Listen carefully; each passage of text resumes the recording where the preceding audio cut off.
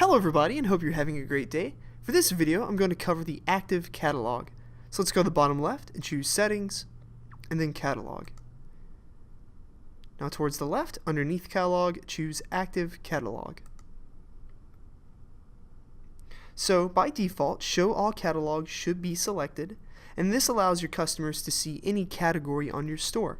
However, if you would like to hide certain categories, such as if you had a microstore, which is covered in our microstore video that you can find in the description, then you would need to uncheck Show All Catalog and then search for the categories that you want to display. So I'm going to search for video and then choose Video Test and then Add Selected and then Save.